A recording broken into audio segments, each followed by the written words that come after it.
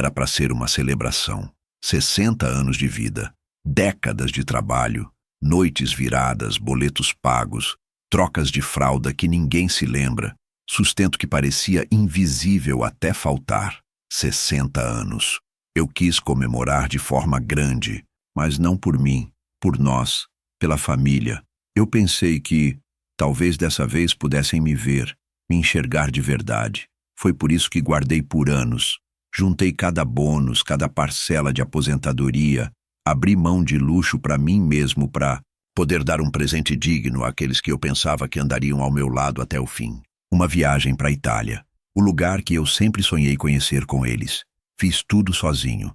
Escolhi roteiros personalizados, contratei guia particular, escolhi hotéis com vista para o mar, perto de onde meus pais nasceram, mesmo que isso nunca tivesse significado nada para eles. Comprei passagens para mim, minha esposa, meus 2 filhos, minha nora, meu neto e até mesmo o queridíssimo tio Jefferson, a pedido da minha filha, que sempre dizia que ele trazia alegria para os encontros. Eu achava estranho como ela preferia ele em certas ocasiões, mesmo sabendo que fui eu quem a criou. Pagou a faculdade, cuidou dela nas crises de ansiedade, financiou o casamento, o qual ele nem compareceu, mas eu não disse nada, não briguei, não fiz drama, fiz silêncio, como sempre fiz. Guardei os comprovantes das reservas numa pasta, enviei os e-mails da agência para o e-mail da minha esposa e imprimi os vouchers com o cuidado de quem entrega uma herança. E então veio a mensagem. Era uma terça-feira. Eu estava sentado no quintal, regando as plantas que só eu lembrava de cuidar. Meu celular vibrou. Abri, esperando talvez uma dúvida sobre os detalhes do voo. O grupo da família estava animado com as roupas combinando, os roteiros pelas vinícolas, mas a mensagem não veio no grupo. Veio direto da minha filha. Uma frase, simples, fria. Demos seu lugar para o tio Jefferson.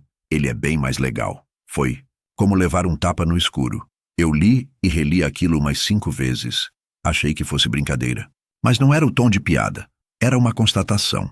Como se eu fosse o excesso, o estorvo, a sobra. Como se o homem que bancou tudo fosse o mesmo que agora deveria ficar em casa, assistindo a viagem pelo Instagram. Ele é bem mais legal. Frase martelava na minha cabeça. Eu que levava ela para a escola, mesmo cansado. Eu que dormia sentado no hospital quando ela teve pneumonia. Eu que aceitei o namorado dela quando ninguém mais quis. Eu que nunca pedi nada em troca. Mas agora, de repente, o divertido virou mais importante que o leal. Não respondi com raiva, nem com mágoa. Apenas digitei 2 palavras. Perfeitamente. Desliguei o celular. Fui até meu escritório. Abri a pasta. Olhei para todos os comprovantes e contratos. Tudo em meu nome. Tudo organizado. Tudo pago com o cuidado de quem ama. Não de quem precisa provar valor. Naquela noite mesmo, sem levantar a voz, sem lágrimas, sem alarde, comecei o processo.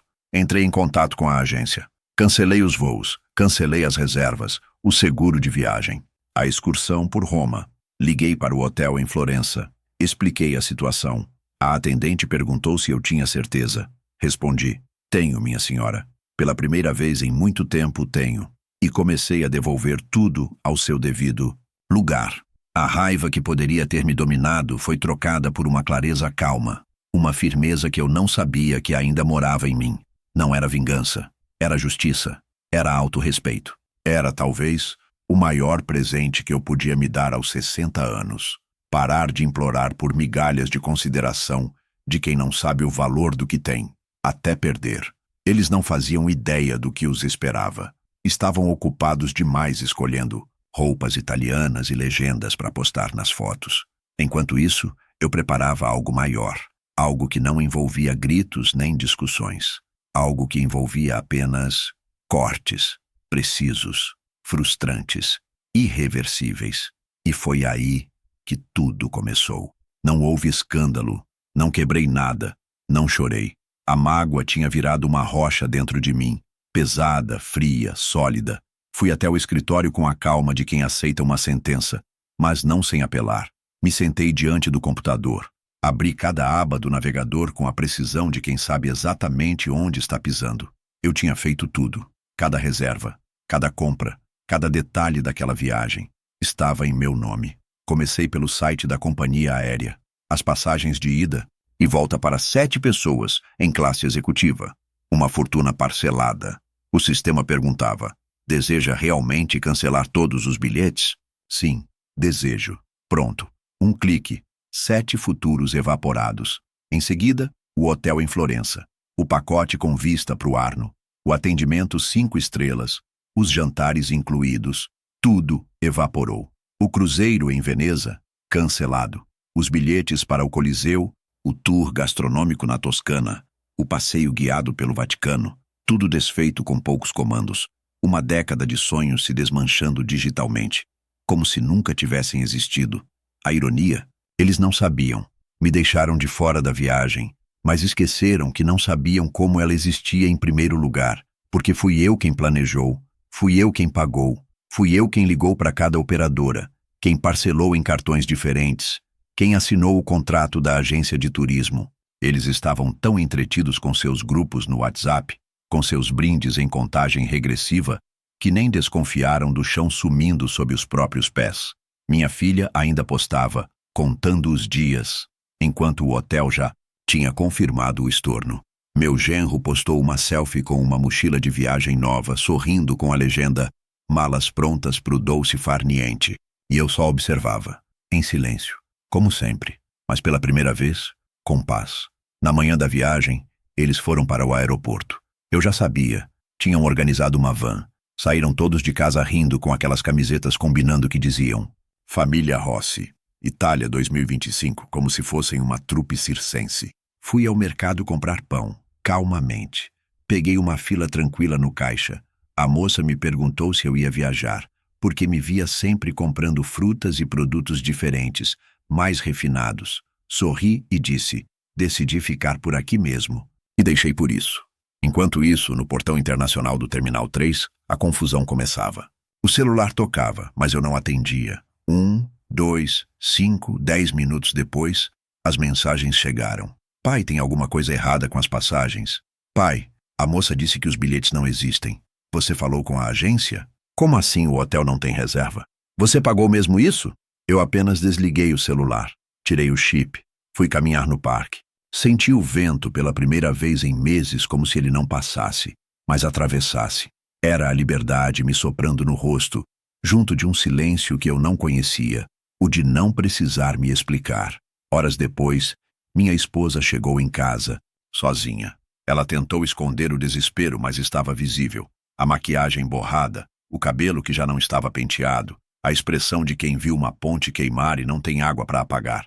Ela falou alguma coisa sobre engano, sobre agência, sobre erro de sistema. Eu só servi café.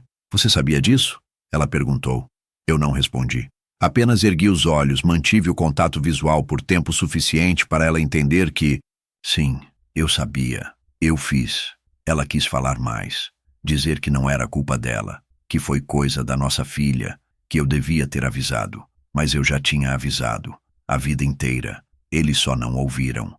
E agora, o som da consequência estava finalmente mais alto que o silêncio que eles ignoraram por décadas. À noite dormi tranquilo. Era a primeira noite em muitos anos que eu não tinha pesadelos com esquecimento, abandono ou desprezo. E foi naquela calma que comecei a planejar o resto, porque a viagem era só o início. O que viria a seguir não seria barulhento, seria lento e absoluto. Se eles achavam que perderam um passeio, ainda não tinham visto o que era perder tudo aquilo que nunca valorizaram. No centro do caos que se formava no balcão da companhia aérea, entre malas coloridas com etiquetas de Família Rossi, passaportes agitados no ar e crianças confusas com mochilas da galinha pintadinha, estava ele, o tio Jefferson, o novo favorito, o mais legal, o substituto oficial do homem que bancou tudo. O homem que eles acharam dispensável. Eu consigo imaginar a cena com perfeição, mesmo não tendo estado lá. Minha filha reclamando alto, dizendo que alguém tinha que resolver isso. Meu genro tentando ligar para a agência que nunca existiu. De verdade. As crianças sentadas no chão com tablets sem Wi-Fi. E ele, o tal Jefferson, de frente para a atendente da companhia, segurando o RG com a mão trêmula e um sorriso falso no rosto, tentando manter a pose de tio da galera, enquanto sentia o chão ceder sob seus pés, porque no fim, todo o fardo caiu sobre ele. Afinal, se ele agora era o homenageado, se ele era o escolhido da família, então, claro, que também deveria ser o responsável por tudo, certo? E foi exatamente isso que disseram a ele, ali mesmo, na fila do check-in. Paga logo isso, Jefferson. A gente se acerta depois. Você disse que estava tudo certo. Foi você quem ficou com o lugar dele. Ah, como eu gostaria de ter assistido aquele teatro. Mas eu preferi outro palco. Fiquei em casa, abri uma garrafa de vinho que guardava para uma ocasião especial. Não a viagem, mas essa exata noite. Coloquei um disco antigo no toca-discos e deixei a trilha sonora da vergonha alheia tocar ao fundo. Do outro lado do oceano que eles nunca atravessariam, Jefferson descobria que o glamour de ser o tio preferido durava só até a primeira conta impagável. A atendente olhou para ele como se estivesse acostumada com aquilo. Homens sem reservas tentando improvisar milagres.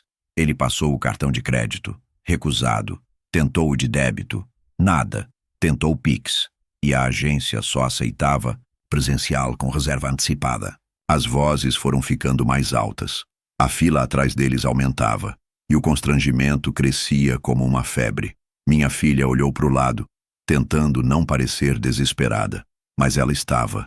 Me mandou 3 áudios longos e cheios de culpa fabricada, dizendo que talvez eu estivesse chateado e que ninguém quis me excluir de propósito.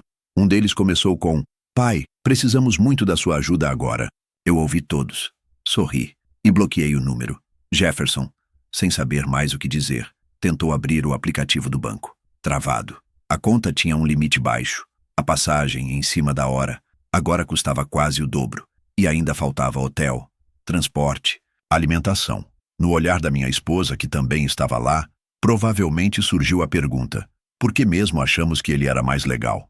Naquele momento, ficou claro para todos quem era quem, e principalmente quem era necessário. Eles acharam que estavam substituindo um homem por outro, mas se esqueceram que não era sobre a presença, era sobre a estrutura. E essa estrutura era eu. Naquela mesma noite, enquanto eles pegavam um Uber de volta para casa, suados, decepcionados e brigando entre si, eu já tinha dado o segundo passo do plano. Quando voltaram, pareciam refugiados de uma guerra que nunca aconteceu. As malas vieram faltando peças, os cabelos desgrenhados, o humor ausente. O tio mais legal agora andava 3 passos atrás dos outros, como um cachorro que foi expulso do sofá por fazer xixi onde não devia. O aeroporto já era coisa do passado. O que vinha agora era a constatação de que a casa onde achavam que ainda eram bem-vindos já não era mais deles. Durante aquelas mesmas horas em que corriam de guichê em guichê, implorando por reembolso ou tentando transferir créditos que nunca existiram, eu estava em casa, ou melhor, na minha casa, cuidando dos últimos detalhes. O chaveiro foi discreto, profissional. Em menos de 1 hora, todas as fechaduras haviam sido trocadas. Portão, portas internas, garagem e até a do quartinho dos fundos, onde meu neto gostava de esconder figurinhas. O controle remoto da garagem, reprogramado. O aplicativo de entrada inteligente, removido do celular de todos eles. Quando terminou, pedi que ele colocasse uma placa simples no portão. Propriedade privada. Não perturbe. Em letras firmes, mas elegantes. O tipo de aviso que parece educado, mas carrega veneno na entonação. Depois, sentei no sofá, fiz um café e esperei. O retorno deles era previsível. O grupo de WhatsApp da família, que silenciei há tempos, estava em ebulição. Mensagens como: "Acho que a chave não está funcionando", "VC trocou a senha do portão" e "O aplicativo está dando acesso negado" começaram a pipocar. Eu só observava. O tipo de silêncio que grita mais do que qualquer áudio desesperado. Eles chegaram por volta das 8 da noite. A cidade já escurecida, a rua parcialmente vazia e a temperatura com aquele friozinho típico de meia estação. As malas foram empilhadas no meio-fio. Minha filha tentou a campainha. Ninguém atendeu. Tentou o interfone. Sem resposta. O portão não se moveu. O filho dela, meu neto, começou a chorar. O genro batia palmas alto como se eu fosse um vizinho distraído. E o mais patético, Jefferson apertava o botão do portão como se estivesse reiniciando o mundo. Nada aconteceu, até que notaram a placa. Foi minha esposa quem leu primeiro em voz alta. Propriedade privada. não perturbe. O silêncio, que se seguiu, foi digno de novela. Aquele momento em que todos percebem que, pela primeira vez em anos, não estavam no controle de absolutamente nada. Minha filha, entre lágrimas que misturavam raiva e culpa, me mandou uma mensagem. Pai, isso é sério? Não vamos poder entrar? Eu li e não respondi. Só bloqueei. Os minutos viraram horas. O desconforto virou desespero. Começaram a ligar para amigos, para o irmão dela, para qualquer pessoa que pudesse acolher a comitiva que agora era nômade. Mas ninguém quis comprar briga. Eles sabiam o que fizeram. E ninguém queria se meter. Aquela noite, eles dormiram em um hotel barato na rodoviária. Soube disso por uma publicação da minha neta, reclamando da pior noite da vida dela. A legenda era: sem Wi-Fi, sem ar, sem alma. Ao amanhecer, voltaram. Mas o cenário era o mesmo. Portão fechado, casa silenciosa, a placa ainda, firme na grade. O jardim impecável contrastava com as olheiras do grupo. Foi quando minha filha, a que arquitetou a surpresa da viagem, deixou escapar a frase que sintetizava tudo. Eu não sabia que ele faria isso. Pois é, ninguém sabia, porque nunca me olharam como alguém capaz de dizer não. Sempre fui o porto seguro, o cofre sem fundo, o avô de coração mole, o pai que perdoava antes mesmo de ouvir a desculpa. Só esqueceram que até o mar se cansa de ser pisado. No mesmo dia fui ao cartório. Formalizei tudo o que precisava. Nome da propriedade, exclusão de dependentes, redefinição de contratos internos. Aquela casa agora era mais minha do que jamais havia sido. Não só legalmente, mas moralmente. De noite, sentei novamente no sofá. Coloquei a mesma trilha sonora da noite anterior. E dessa vez, sorri com mais gosto. Porque o que viria agora não era só vingança, era lição. E como toda boa lição, viria em doses, pequenas, mas constantes. Eles ainda achavam que a porta só estava trancada. Mas o que eles não sabiam é que foi a última vez que ela se abriu para eles. Quando você dá casa, comida e teto, é fácil confundir em sua generosidade com obrigação. Por anos, fui a base invisível que sustentava a vida da minha família. E por anos, eles se acostumaram a isso como se fosse natural, como se fosse o mínimo. Mas o mínimo, aprendi tarde, não é pagar todas as contas. O mínimo é respeito. E esse, eles decidiram não me dar. Então, agora que estavam do lado de fora, com as malas ainda abertas da viagem que nunca aconteceu, decidi mostrar como era viver sem esse tal mínimo. A casa, desde o começo, estava registrada no meu nome. Sempre esteve, mas por conveniência emocional e talvez por burrice afetiva, deixei que acreditassem que o espaço era de todos. Nunca cobrei aluguel, nunca estipulei regras, apenas deixei a porta aberta, como qualquer pai tolo demais para entender quando está sendo usado. Mas agora eu entendia. E cada papel que assinei naquela semana teve gosto de justiça. Fui até um escritório de advocacia e pedi que fizessem um novo contrato de locação. Fictício, claro. Eu não alugaria minha casa para terceiros. Mas o contrato seria oficial e com um valor simbólico. Simbólico para mim, não para eles. Tripliquei o valor que costumava pagar pelas contas da casa. Água, luz, condomínio, mercado, gasolina. Tudo que eu pagava silenciosamente agora virou cifra registrada num aluguel impresso, timbrado e carimbado. Depois, fui até a prefeitura e formalizei o documento como locação exclusiva, em nome apenas meu. Aquela casa agora estava oficialmente ocupada por mim como único titular, e qualquer tentativa de contestação judicial cairia no vazio. Eles não tinham provas, porque os que abusam da boa vontade nunca deixam rastro. Acham que o costume é escudo, mas costume não é contrato. E agora contrato era o que não faltava. Na manhã seguinte, enviei uma carta registrada para minha filha, sem bilhetes emocionais, sem emojis, sem súplicas. Apenas um envelope com um novo contrato anexo e um aviso. Valor do aluguel atualizado conforme novo regime de ocupação. Vencimento, dia 5. Pagamento em atraso acarretará multa diária. Atenciosamente, o proprietário. Silêncio durou exatos 23 minutos. Depois disso vieram as mensagens. Pai, isso é sério? Você está mesmo querendo cobrar aluguel? A gente está sem lugar para ir. E a melhor de todas, Você não pode fazer isso, somos família. Ah, família, a palavra mágica que eles lembravam quando precisavam de mim e esqueciam quando decidiam me excluir. Como no dia em que deram meu lugar para o tio mais legal, que agora nem respondia mais no grupo. Sumido como um mágico de aniversário que ninguém mais aplaudia, eles tentaram voltar, tentaram argumentar, tentaram até chantagear emocionalmente. Disseram que o neto estava triste, que a nora não parava de chorar, que a filha se arrependia. Mas arrependimento que só aparece quando a conta chega nunca me comoveu.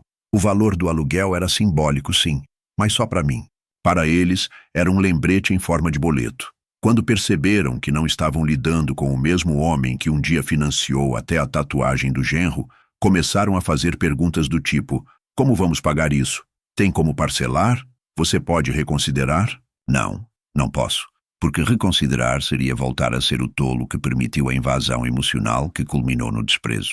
Porque quem aceita migalhas de respeito sempre acaba faminto. Alugaram um apartamento minúsculo a 40 minutos da cidade.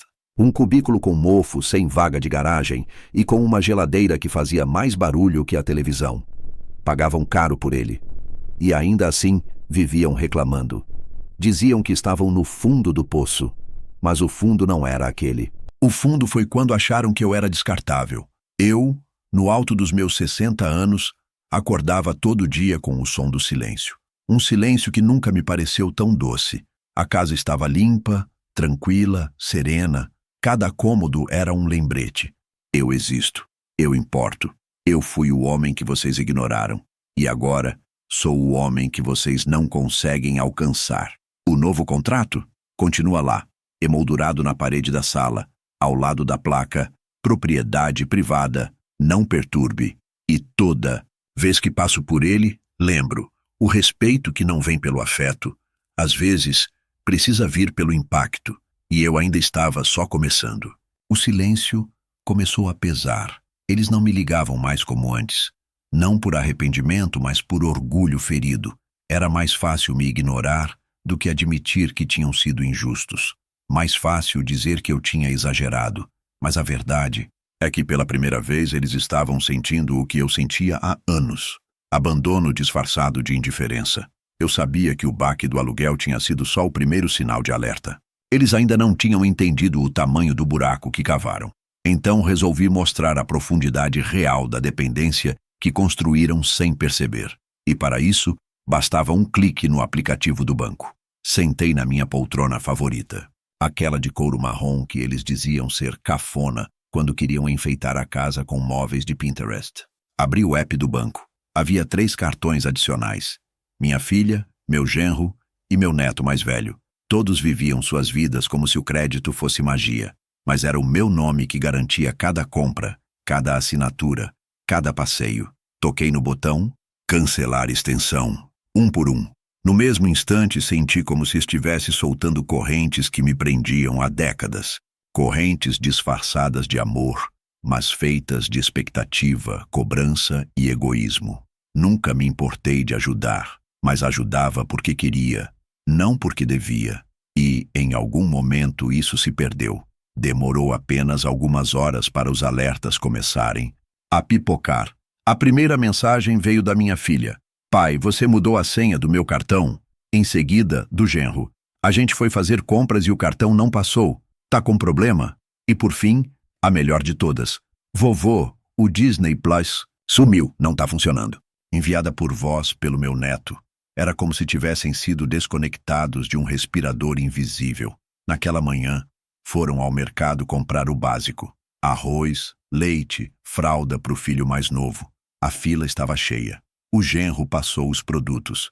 Fez piada com a caixa. Exibiu aquele sorriso de quem acha que todo mundo gosta dele. Mas quando passou o cartão, nada. Tentou de novo. Nada. Olhou em volta, começou a suar. A caixa disse, dá para tentar débito. Mas nem no débito. A filha teve que deixar o carrinho no canto. O gerente veio. Os olhares de pena chegaram. Antes mesmo da tentativa de resolver. Tiveram que sair do mercado de mãos vazias. E o neto? Bem, ele passou o dia perguntando por que não podia ver o desenho favorito. Porque, meu querido, o desenho custa R$ 38 por mês. E seu tio Jefferson não tá a fim de pagar. Eles tentaram me ligar. 4 vezes. Eu vi. Não atendi. Tentaram e-mails, tentaram mensagem no grupo da família. Aquele mesmo grupo em que me humilharam com a tal mensagem do tio mais legal. Nenhuma resposta minha. Apenas 2 tiques azuis. Eu li, mas não respondi. Porque quem aprende pelo amor, ignora os boletos. Mas quem aprende pela dor, começa a fazer contas. Cortaram a academia. Cancelaram o plano de internet do neto. Voltaram a usar o celular no Wi-Fi da padaria. Cada pequena perda era um lembrete, e o saldo emocional, finalmente, começou a aparecer. Pai, a gente não tinha ideia. Foi só uma brincadeira. Você sempre foi nosso porto seguro. Ah, sim, o famoso porto seguro. Até que decidem fazer a festa num navio mais novo, mais colorido, mais legal. Mas quando o navio afunda, voltam a nadar em direção ao farol que ignoraram por anos. Eu continuava aqui, no mesmo lugar, com a mesma conta bancária, mas agora sem dívidas emocionais. Assinei o cancelamento de todas as assinaturas vinculadas à minha conta. Netflix, Amazon, Spotify, TV a cabo, até o plano de celular familiar. Eles perderam acesso ao conforto digital e começaram a viver, talvez pela primeira vez, a vida real. Quando minha filha me viu na rua pela primeira vez depois de tudo isso, ela estava com uma sacola do mercado, metade do que costumava comprar. Tentou sorrir, mas o olhar entregava vergonha. Eu apenas acenei, curto, firme, sem parar de andar, porque não era desprezo, era distância. A mesma que eles criaram quando me substituíram, e eu ainda não havia terminado. A ruína financeira era só o reflexo da ruína emocional. E se o nome Tio Jefferson parecia engraçado naquela mensagem debochada do início, agora ele era só sinônimo de silêncio constrangedor. Porque quando o cartão falha, a ficha cai, e no próximo passo começaria a cair também o que eles pensavam possuir. Enquanto observava o caos financeiro que se espalhava silenciosamente pela vida deles, percebi algo que me surpreendeu. Eles ainda não tinham entendido. Ainda achavam que podiam contornar a situação, dar um jeito, achar outra fonte. Talvez pensassem que tudo voltaria ao normal se fingissem arrependimento ou mandassem alguma frase ensaiada no grupo da família. Mas aquele tempo já tinha passado. Agora não era mais sobre cartões ou mensalidades. Era sobre o que realmente significava cada coisa que eles tinham e o que acontecia quando cada uma delas voltava para as mãos de quem pagou. A primeira coisa que fiz foi revisar todos os documentos no meu cofre. Era uma tarefa que evitava há anos, por puro cansaço emocional. Contratos, notas fiscais, termos de garantia. Descobri que eu ainda era o proprietário oficial do carro da minha filha, aquele que ela usava para buscar as crianças na escola e ir para a academia como se fosse dela. Eu não me importava com isso, até o dia que ela me mandou aquela mensagem sobre o tio Jefferson. E ali, tudo mudou. Liguei para o despachante, transferi o carro para meu nome com base no contrato de doação, que, por sorte, deixei em branco à época. Mandei um guincho buscar o carro enquanto eles dormiam. Quando ela acordou, encontrou apenas um espaço vazio na garagem e um bilhete no portão. Esse carro foi um presente meu, e eu decidi me presentear de volta. Mais tarde, ela me mandou uma mensagem. Você não pode fazer isso. Mas eu podia. E fiz. Depois veio o notebook do meu neto. Um presente que ele usava para as aulas, os jogos e para assistir vídeos que, ironicamente, zombavam de velhos ultrapassados. Entrei em contato com o suporte da loja. A nota fiscal estava no meu nome. Acionei a garantia dizendo que queria reaver o produto por falha técnica. Inventei um defeito qualquer, que só eu saberia explicar. Um técnico foi buscar o aparelho, e meu neto, de uma hora para outra, teve que voltar ao velho caderno e caneta, os mesmos que ele dizia que ninguém mais usava. E não parei. Por aí, aquele sofá de couro branco que eles tanto exibiam nas redes sociais, pago em 12 vezes no meu cartão, quitado antes mesmo da última prestação. Eu tinha a nota. Liguei para uma transportadora e pedi para enviar para meu novo apartamento. Sim, porque eu havia me mudado. Comprei outro lugar, menor, mais silencioso e só meu. Mandei buscar também a geladeira de inox que comprei na Black Friday por impulso, o ar-condicionado de 12.000 BTUs que eles diziam ser luxo demais para um aposentado, e até o tapete persa que minha ex-esposa nunca gostou, mas que todos passaram a amar depois do divórcio. Cada item carregado era uma memória reescrita. Não eram mais símbolos de generosidade. Eram lembretes de como o respeito se perdeu. A filha ligava. O genro mandava áudios longos, dramáticos, cheios de suspiros e pausas calculadas. Você vai deixar seu neto sem estudar, pai? Isso vai traumatizar as crianças. Você está sendo cruel. Mas nenhum deles pensou nisso quando decidiram me excluir. Quando me trataram como se eu fosse um apêndice decorativo da família, útil apenas em feriados, ou quando o boleto chegava. Eles não lembraram de trauma quando me mandaram aquela mensagem debochada. Mas agora, no desconforto, queriam falar de moral. Cheguei a receber uma carta do colégio pedindo que reconsiderasse o corte das mensalidades. Respondi com uma cópia da planilha financeira dos últimos 5 anos.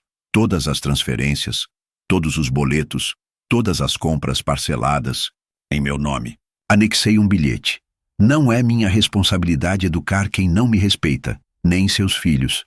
A notícia se espalhou pela família. Alguns me chamaram de vingativo, outros de frio, mas pela primeira vez, muitos ficaram calados, porque sabiam que no fundo estavam apenas colhendo o que plantaram.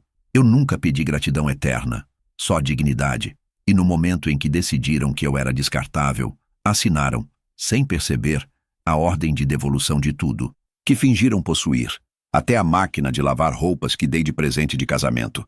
Voltou para mim, e sinceramente, agora lava bem melhor. Na solidão daquela nova casa, mais vazia, mas finalmente minha, olhei em volta e percebi. Eu não estava tirando coisas deles. Eu estava apenas me devolvendo. E ainda faltava o principal. Eles podiam tentar se reerguer. Podiam parcelar de novo, correr atrás, pedir ajuda a bancos. Mas havia algo que dinheiro algum poderia comprar de volta. E eu estava prestes a tirá-lo também. Eu nunca imaginei que minha vingança silenciosa ganharia trilha sonora, risadas abafadas e emojis em cascata no grupo da família. Mas foi exatamente isso que aconteceu quando o famigerado tio mais legal resolveu dar explicações públicas. E como em toda boa comédia de erros, alguém teve a decência, ou a malícia, de gravar tudo. A cena começa com ele de pé no aeroporto, ainda com a camiseta personalizada da viagem. Itália, 60 anos do paizão, que, ironicamente, ainda trazia minha foto estampada. Juro, quando vi isso no vídeo, gargalhei.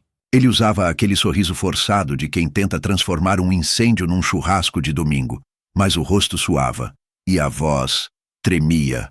Pessoal, isso foi só um mal-entendido. A gente pensou que ia dar tudo certo, que ele nem ia querer ir.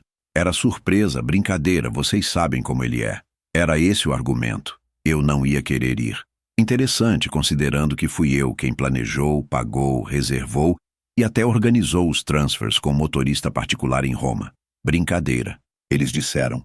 Mas ali estava Jefferson diante de uma câmera impiedosa, tentando limpar a bagunça que não era só dele. Era de todos que se calaram, consentiram e participaram. A prima Patrícia filmava, disfarçadamente, é claro. Mas sabemos como é. A geração das redes sociais. Tudo tem que virar conteúdo. E aquele momento entre as malas desmontadas e os olhares irritados era ouro. Ela não resistiu. Jefferson tentava explicar o que não tinha explicação. A voz dele falhava ao dizer que tudo foi resolvido, enquanto a irmã dele gritava ao fundo que os vouchers de hotel não funcionavam. Meu neto, adolescente e desbocado, dizia algo como: "Isso é culpa sua, seu velho metido", e alguém, provavelmente meu genro, soltou um: "Isso vai dar processo". O vídeo durava menos de 2 minutos, mas era um banquete de vergonha alheia. E como todo bom prato, foi servido frio, no grupo da família. O título do vídeo, ninguém sabe quem escolheu, mas apareceu assim no WhatsApp: O legado do tio Jefferson, Viagem Fantasma e o Aniversariante Invisível. Assim que apareceu, as notificações explodiram. Reações com carinhas chorando de rir, aquele emoji da pipoca, silêncios constrangedores. Uns saíram do grupo, outros começaram a apagar mensagens antigas, como se isso fosse apagar os rastros da traição. A tia Márcia mandou um áudio dizendo: "Gente, não vamos rir disso, tá? Família é coisa séria." Mas mal terminou de falar e alguém respondeu com um meme. Minha foto com os dizeres perfeitamente. Foi nessa hora que percebi algo. A verdade não precisava mais ser dita por mim. Ela já estava nas mãos deles. E estava doendo. Doía mais. Porque não era uma gritaria ou uma vingança histérica. Era a simples exposição da realidade, capturada por um celular, compartilhada sem legenda, comentada em silêncio. Jefferson tentou reconquistar a moral dias depois, mandando um textão no grupo. Dizia que só quis alegrar a viagem, que sempre tentou ser o tio divertido, que sentia muito se alguém se ofendeu. Em seguida, me mencionou diretamente. Se quiser conversar, estou à disposição, irmão. Eu li 2 vezes. Depois apaguei. Não respondi. Porque o silêncio é a língua dos ofendidos de verdade. Dos que cansaram de explicar sua dor. Dos que decidiram que o melhor recado é o afastamento. E foi aí que o grupo se calou. Não por causa do vídeo, mas porque pela primeira vez todos entenderam. O tio Jefferson não foi o problema. Ele foi apenas o espelho. O reflexo do quanto estavam dispostos a rir às minhas custas, a me deixar de lado em meu próprio aniversário, enquanto carregavam minha herança, minhas conquistas, meu esforço, tudo isso sem o menor reconhecimento. Agora, com um simples clique, eles tinham assistido à própria decadência. Não pelas minhas mãos, mas pelas mãos deles mesmos, e com o celular na horizontal. O vídeo foi apagado no dia seguinte, mas já era tarde. Ele tinha sido salvo, compartilhado, reenviado por outros tios, por primos distantes, até por amigos de infância que nem sabiam da briga. Um deles me ligou e disse: "Você é um gênio. Eles mereceram." Mas eu não me sentia um gênio. Só alguém que cansou. E decidiu que se o mundo deles era feito de aparência e conveniência, então eu mostraria o que era consequência. E mesmo com tudo o que já tinham perdido, mal sabiam eles que o pior ainda estava por vir. Foi numa quarta-feira, pouco depois do vexame ter viralizado no grupo da família, que recebi a ligação. Número conhecido. Meu filho. Aquele mesmo que aprovou calado minha substituição por tio Jefferson. Aquele que viu a exclusão acontecer em tempo real e não fez absolutamente nada. A voz dele estava nervosa, mas não por remorso. Era desespero. "Pai, Você poderia... Você já enviou a carta de recomendação?" Parei por um segundo. Pensei em todas as vezes em que estive ali por ele, mesmo quando não fui convidado. A estar. Pensei nos plantões que emendei para pagar sua faculdade, nos cursos de verão que banquei, no computador que ele usa, no carro que dirigi até à entrevista da bolsa, na matrícula paga com o meu nome no rodapé. E pensei, acima de tudo, no dia em que ele me ignorou completamente e dias depois ficou do lado do mais legal, sem nem olhar na minha cara. Pensei na mensagem debochada. "Demos seu lugar para o tio Jefferson." E agora ele queria o quê? Que eu ajudasse a construir o futuro que ele quis que eu assistisse da plateia? "Ainda não enviei", respondi. "Estou refletindo sobre isso." O silêncio do outro lado não foi só incômodo, foi medroso. Ele sabia. Sabia que tudo estava pendurado por um fio. E esse fio era eu. A carta de recomendação não era apenas um papel. Era a última exigência de uma seleção altamente concorrida para uma vaga executiva em uma empresa internacional. Ele tinha passado por todas as fases, as dinâmicas, as entrevistas em grupo, a análise de currículo. Faltava apenas a minha assinatura como referência profissional. Eles queriam alguém com histórico confiável. E ele era meu filho. Filho de um gerente com 30 anos de reputação intocável, conhecido por seu rigor ético e liderança. Era esse o selo que faltava.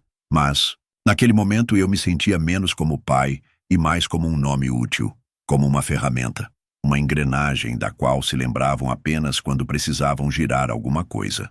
Recebi um e-mail da empresa recrutadora no fim da tarde.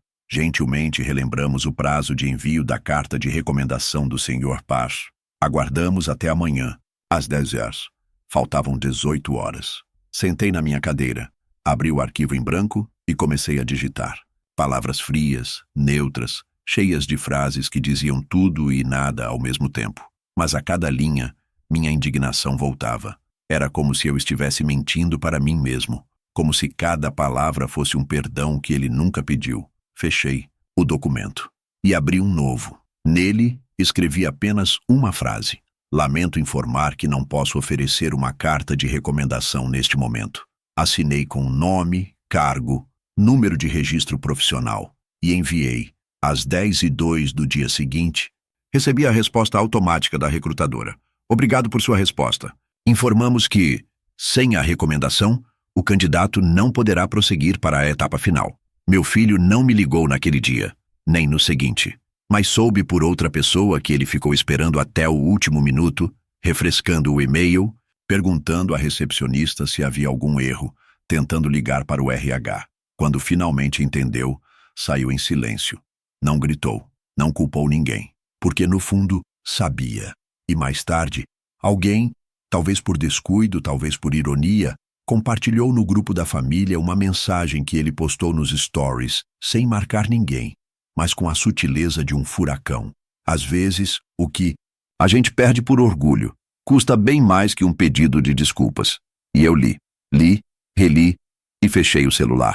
Porque naquele ponto da história, o que estava em jogo não era mais um emprego, era um princípio, um limite que por décadas ninguém havia enxergado.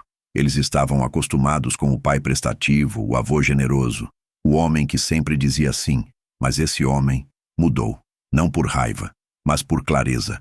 Clareza de que o respeito não é automático, de que o amor não pode ser sinônimo de exploração, de que o silêncio não é aceitação, é acúmulo. E quando esse acúmulo explode, não vem em gritos nem em portas batidas, vem em cancelamentos de viagens, em trocas, de fechaduras, em contratos reescritos, em cartões recusados. E sim, vem também em cartas que nunca são escritas. Aquele emprego era o símbolo de tudo o que eles achavam que eu daria para sempre. Mas o tempo do para sempre acabou.